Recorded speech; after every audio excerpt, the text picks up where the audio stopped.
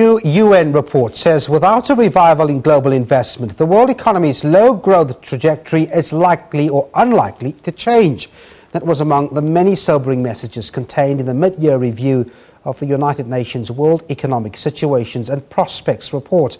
It cuts the 2016 forecast for global growth to 2.4%. That's a half a percentage point drop from its previous forecast in December. The global growth trajectory continues downwards, and that's bad news for countries embarking on the implementation of the 2030 Sustainable Development Agenda. While commodity prices have largely stabilized, they are expected to remain at low levels for possibly the next 2 years. The report underscores that a further deterioration in commodity prices would increase fiscal and currency pressures in the commodity exporting economies and could potentially undermine the sustainability of their public finances. The report warns that economic growth in Africa continues to lose momentum, and despite countries beginning the process of economic diversification, many remain heavily reliant on commodities. Many developing economies, especially commodity-dependent economies with large current account deficits or high level of external debt, continue to face the risks of heightened capital flow volatility. The reduced and more volatile capital flows, including falling foreign direct investment to Africa, Latin America, and the economies in transition, can further undermine the growth prospects in these regions.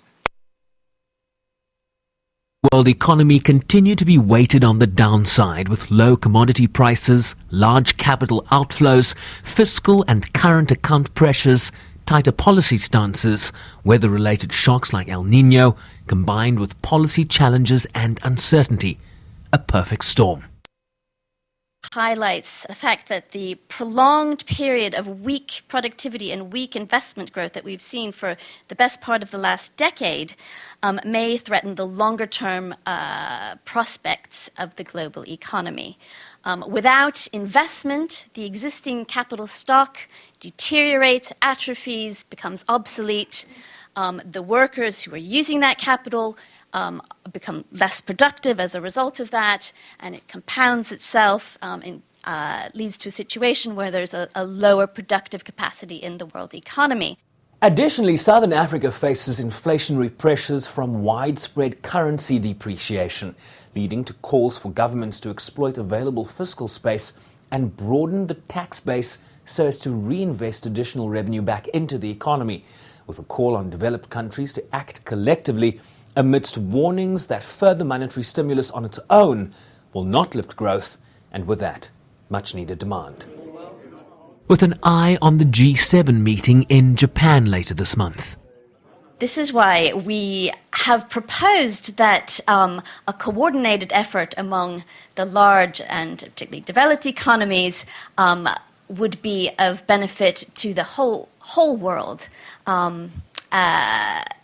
Because many countries many of the developing countries find their own policy space severely constrained at the moment. So if we were to see, for example, a coordinated fiscal action among several large economies, that could lift growth in the world as a whole, which would help all of the constrained countries to recover.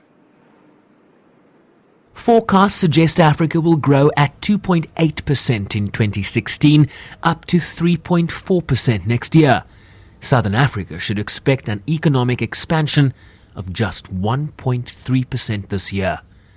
Sherwin Bryceby's SABC News, New York.